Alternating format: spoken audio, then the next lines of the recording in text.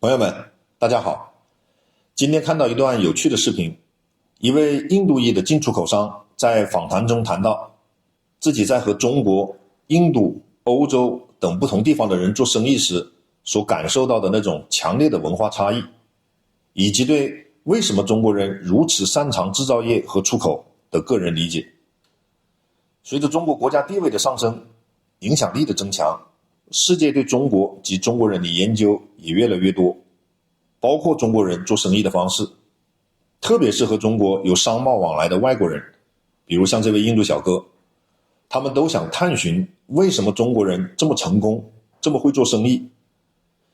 其实历史上很多民族和国家的商业成功并非偶然，而是历史、文化、地理位置、教育和社会环境等多重因素共同作用的结果。比如犹太人，他们以精通金融、贸易和商业管理闻名，很多现代金融工具和机构都与他们有一定的渊源。因为长期的流散生活，使犹太人不得不依赖像贸易、借贷和财务管理等这些灵活的经济活动来生存。比如阿拉伯人和意大利威尼斯人，他们主要是因为所处地理位置优越。阿拉伯人连接欧亚非，控制了古丝绸之路；威尼斯连接欧亚贸易通道，主导了地中海贸易。英国人，他们通过殖民和工业革命建立了庞大的贸易网络，成为全球商业的中心。日本和德国则是凭借自己的工匠精神和质量管理而成名。华人之所以也是著名的经商民族，凭借的是中国传统文化中对勤奋、节俭和诚信的强调。当然，就像这位印度小哥说的，当今中国特殊体制所带来的极高的效率和执行力也是非常重要的一环。所以参考学习可以，但要一味模仿别人、复制别人的成功还是挺难的。关键是要找到自己的优势。Coming back to these nuances when you're doing business with different parts of the world. You mentioned you're doing business with the Far East and India. And I don't know if you've ever worked with the guys in Europe. Yes. What are some of the nuances and cultural differences and business practices that, there's a learning curve and makes you wonder, okay, how do I navigate this global landscape? Well, I think anyone involved in import-export is probably in their career at some point going to touch on China.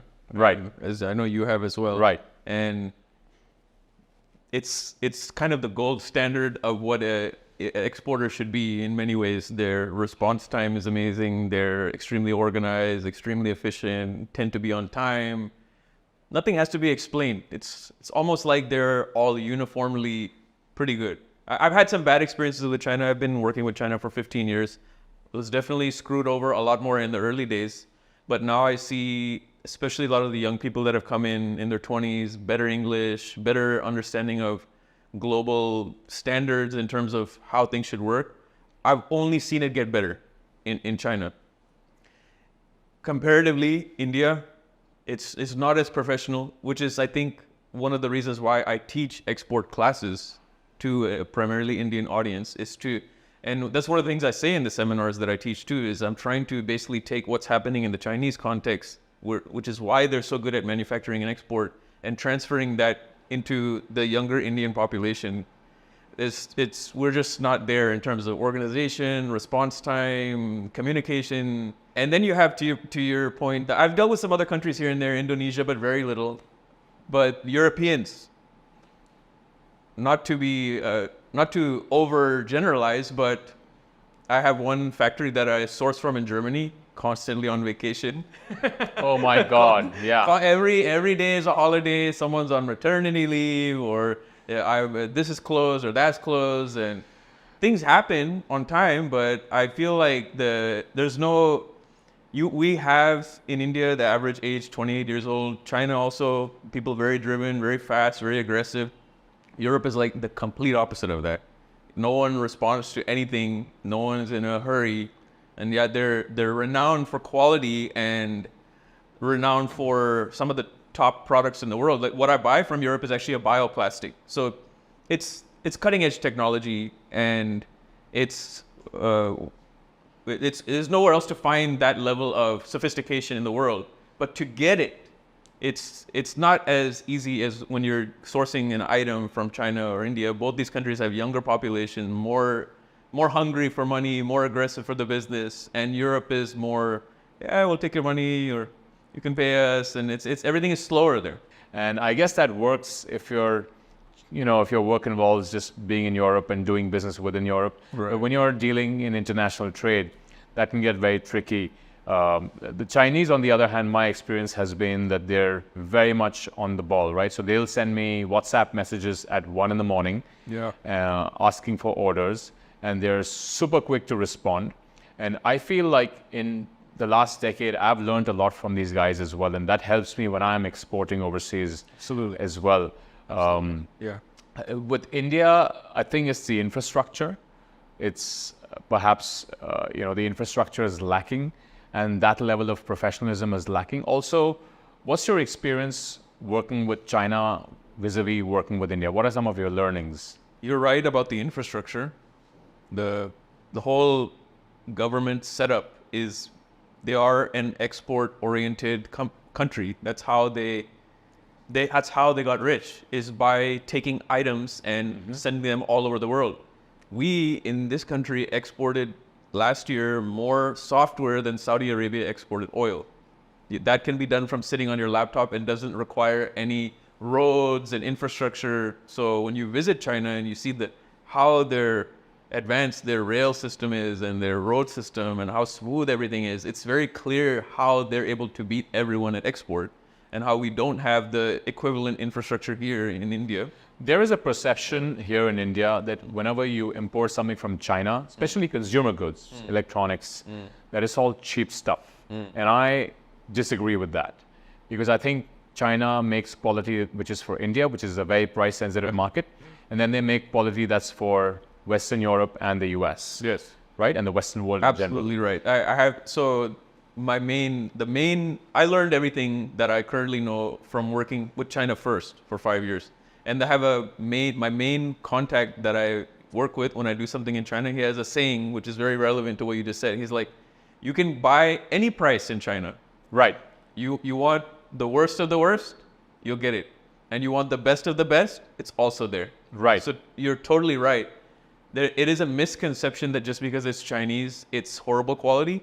They also have the best of the best. Right. And they're the factory to the world, right? So I've actually seen Italians, Italian furniture is very popular, right, globally. Yes.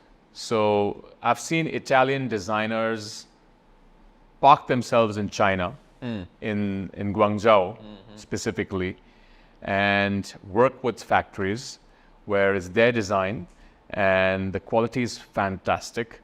And then they bring it over to Italy and perhaps just stamp it, made in Italy, or I don't even know if they can do that, but it'll just say like a product of Italy or something. So it's a little like, it's not very clear.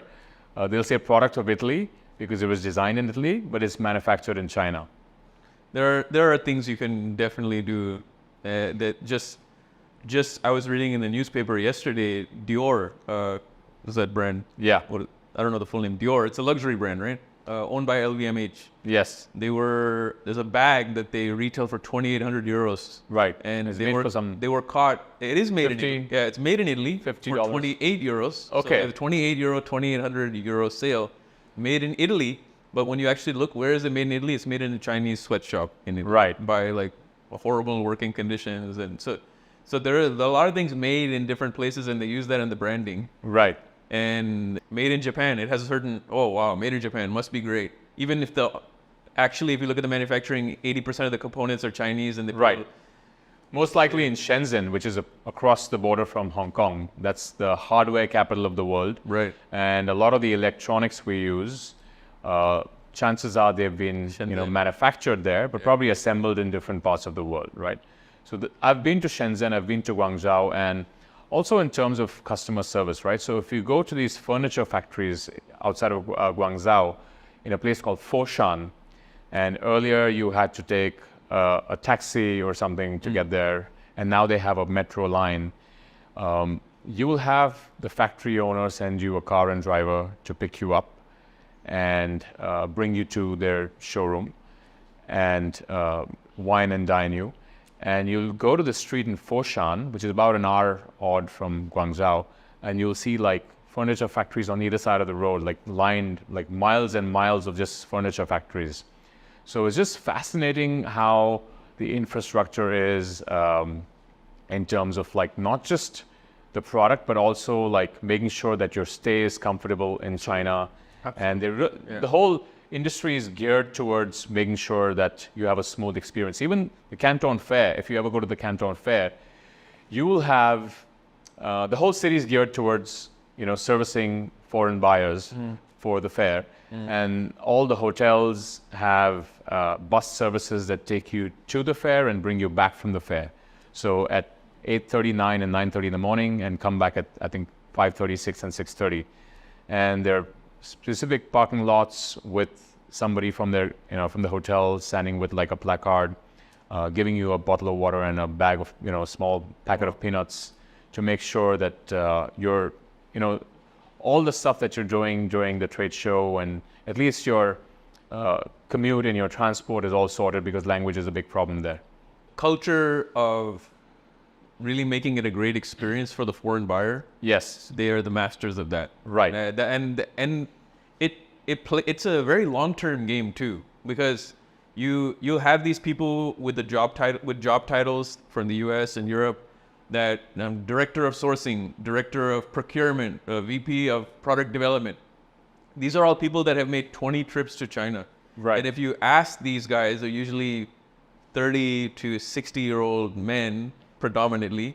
They all love going there because of exactly what you just said. It's a trip they get to make every year, away from family, get a break, be in a hotel, have some nice food, and the Chinese businessman on the other side is doing all these, like you said, all these arrangements for them, wining and dining them. It's a good time. And this similar thing, if we really want to make in India, have to develop a similar culture here, which I do see in the big export houses. They know how to do that stuff. But for the startup, younger people doing it, it's something they have to learn how to do as well. Where do you think India is lacking? That understanding of the wining and dining is just one thing. Another thing is communication and response time. You brought that up as well. The Chinese are responding at 1 a.m., 4 a.m.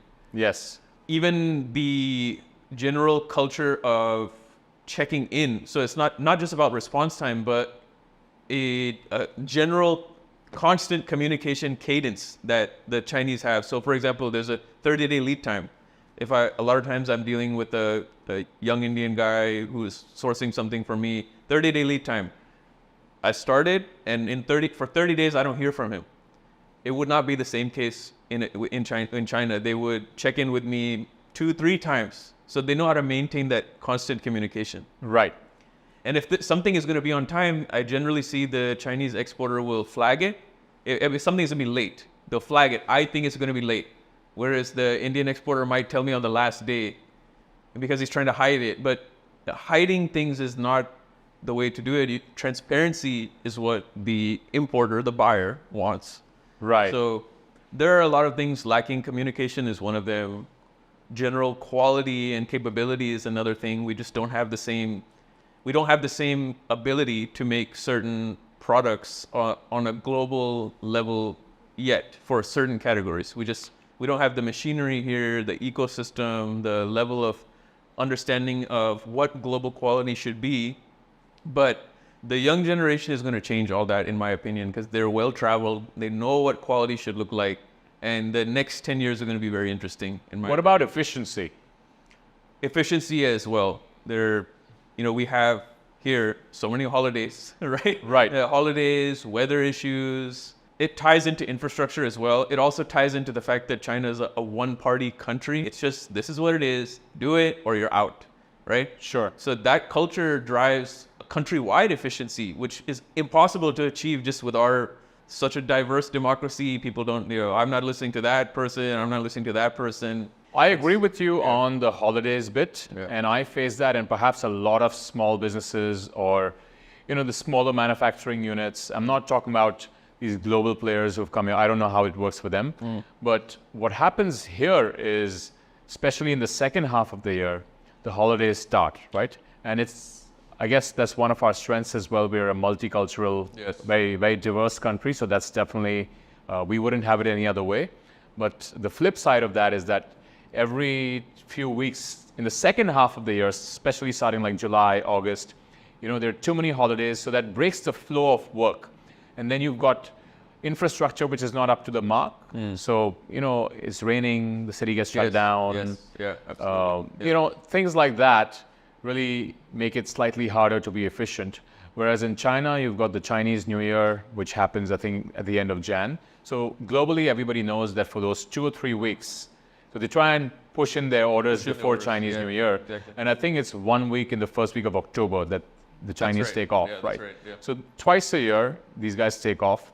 But outside of that, these guys are working 24/7. Right. But here in the second half of the year, you'll have 3 weeks, then you'll have one section of your workers who will probably want to go back to their villages and they won't come back for a month, and then somebody else will do that. So it kind of like breaks the momentum in many ways. Yeah. You're right. We don't have an infrastructure yet that is able to withstand the weather. Right. They have extreme weather all over China as well, but they've built provisions.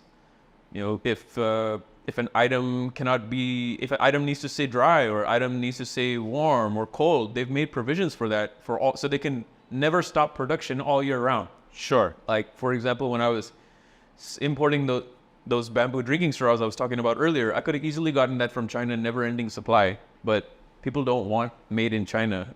The general American consumer does not want to see made in China. They think it's lower quality. They think it's untrustworthy, right? So I dealt with India, but the Indian supplier would tell me stuff like, it's raining today. It's raining this week. So now we are 10 days late. And I was thinking, you have no provision that means to continue production when it's raining. The rain is affecting your production lead time, which shouldn't. There's no provision, and that would never be the case in China. They'll cover themselves for all weather conditions. Right. So they can continue producing year round, regardless of the weather. Yeah. Which there's small things like that which affect efficiency, just because there's not as much investment in the factories themselves. They're not the factories themselves. You probably have seen in your own experience. We have some really amazing factories here, and we have some really more looking like a handmade, like a much less professional operation.